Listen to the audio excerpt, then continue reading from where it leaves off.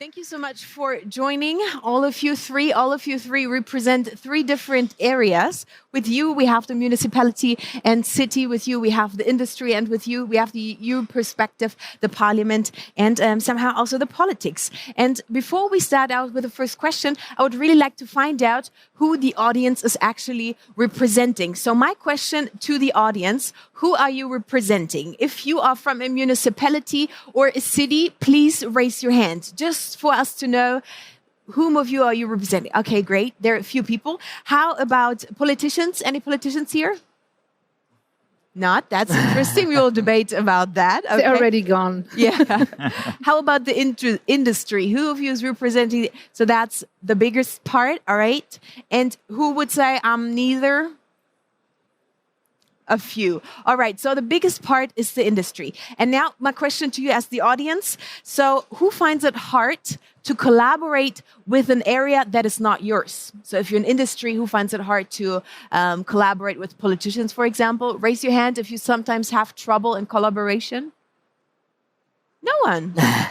It's going well. Well, then that's pretty awesome. Thanks for that overview. Now, of course, I would like to talk with you and discuss with you about cooperation to implement really the resolutions action steps. So what would you say? How can we all together as industry, politicians, politics, EU Parliament, and of course, cities work together on the resolution of really implementing the cycling strategy as politicians, as cities, as locals and industrials as well?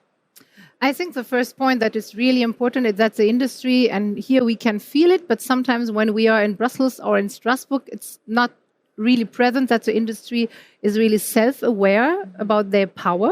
Yes. And we have some sectors, I would say aviation and automotive, they're really coming together with one voice and with a kind of self-confidence that it's really, really hard to just not hearing to them or being invited. Yeah. And for the most sustainable way of doing transport, and that's definitely cycling, but also the rail sector, there are several small pieces of really kind person coming to us and discussing, I don't know, about financing, about what is allowed and was not. But there is not this kind of the whole sector is coming with a self-confidence that they want to have a share in politics and in legislation. Yeah. And that would be my wish. Yes. Because for us as Green, promoting sustainable transport is really difficult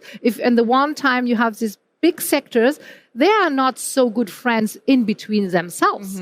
But at the end, they come to politics and say, okay, we are aviation and we want that, that, and that.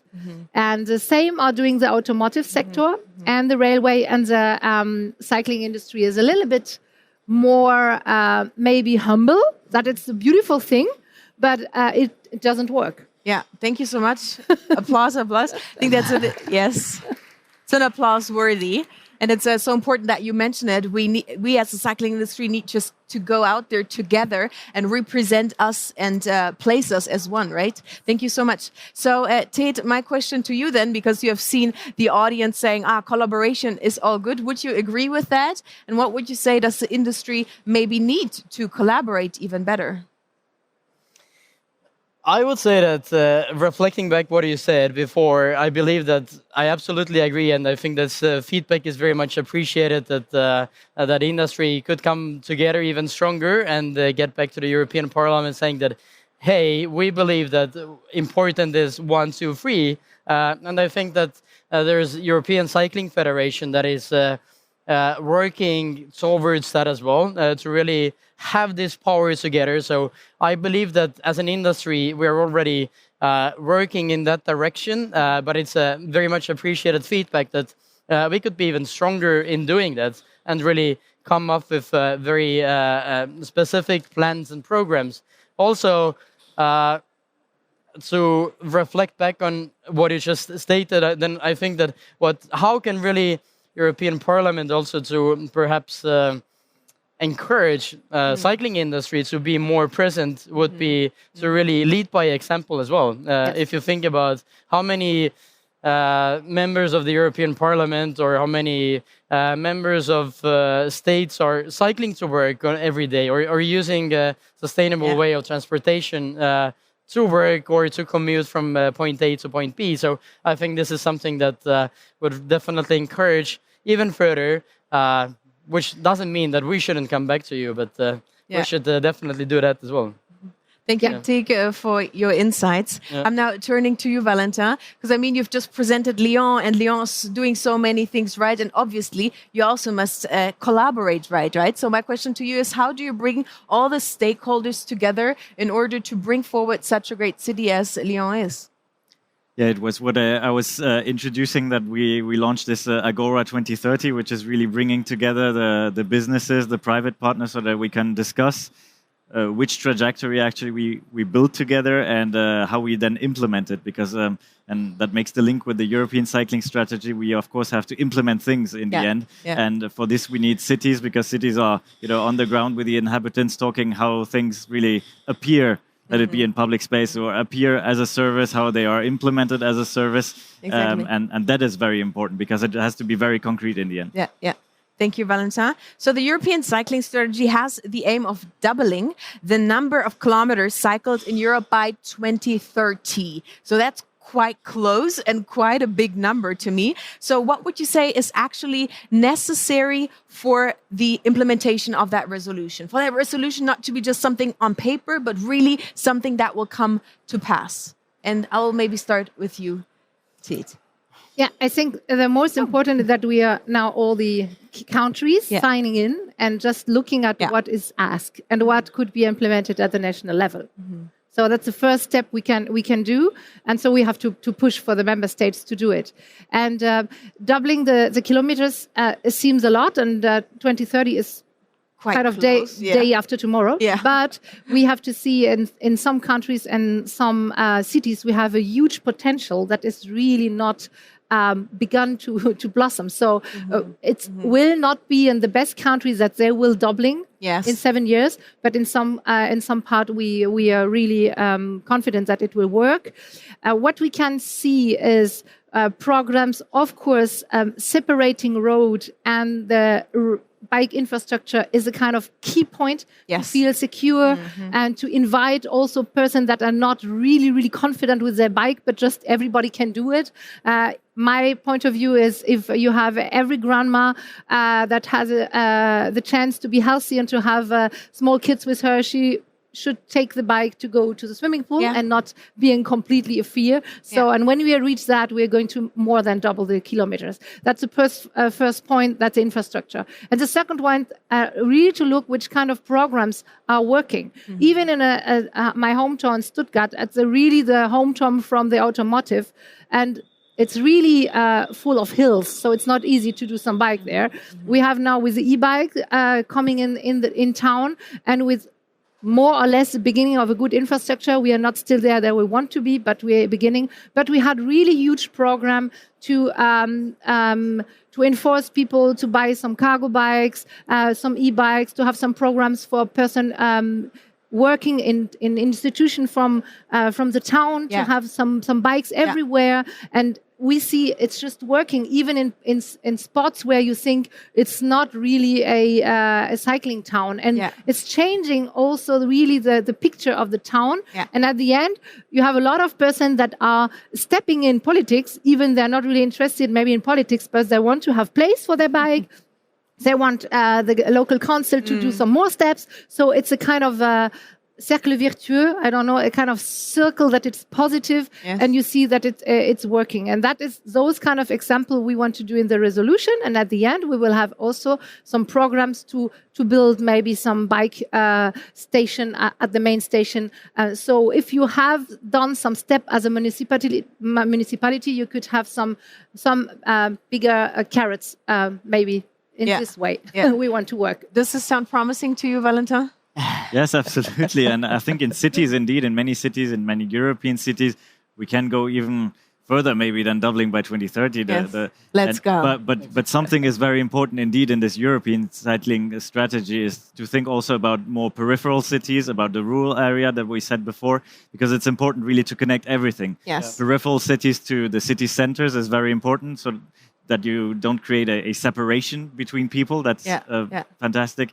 But also rural areas, we really can do a lot of things. Here in Germany, we have a great cycling network actually in the rural areas, between smaller cities. In France, it's really bad. So we can do a lot of things, and I think the European cycling strategy should really stress that out. Sounds good. And I would say to add to that, then please. infrastructure is absolutely important and probably one of the most important things, right? But one of the shortcuts, or I would say even hacks, that City of Paris did was simply limit the maximum speed of cars to 30 kilometers per hour, and you eventually, organically, you have people on bikes and scooters, and then they just come out of the bikes and scooters. So I think this is even faster than building a new infrastructure, having a blueprint for the cities to build the infrastructure, etc., which simply takes time. So number one, reduce the speed limit of cars to 30. Number two, what we have seen, tax subsidies in many of the countries work very, very well in order to get more people on the bikes and scooters. For example, Germany has a Jobrad program, which has been very successful, and I think this could be implemented European-wide. So I think those are really something which we see as a couple of low-hanging fruits. And third, also important one to really empower digitalization of the industry as well, through the fact that if the industry is digitalized, then industry is also more efficient, which means that the entry barrier for people to get on a bike, especially if it's an e-bike, then it's even lower because it's just more cost efficient. It can be more secure and safe vehicle as well. So, thank you so much for your insights.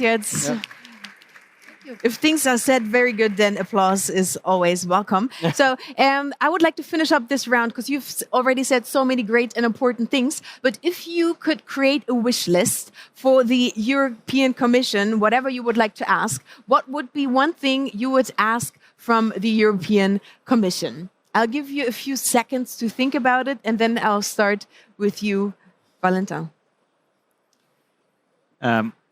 For me, what is important is to have support on this, like on a city level. Yes. I think it's very important because the European Commission is often working with a national level, often with a regional level, but I think we can do more with cities. I actually told this European Commission member a few weeks ago when I was in Brussels. It is important to also give the means technical support. It can be technical support. It can also be, and we're of course, up to that, financial support. Yes, of course, not only investment costs, but also on operational costs. This is really something that we need. And working with cities means working on very concrete things that can be implemented. That's very important to not stay so high level and in the end, it's not implemented. Yeah, so it's support for the city. From the city perspective, what does the industry want? Wish list?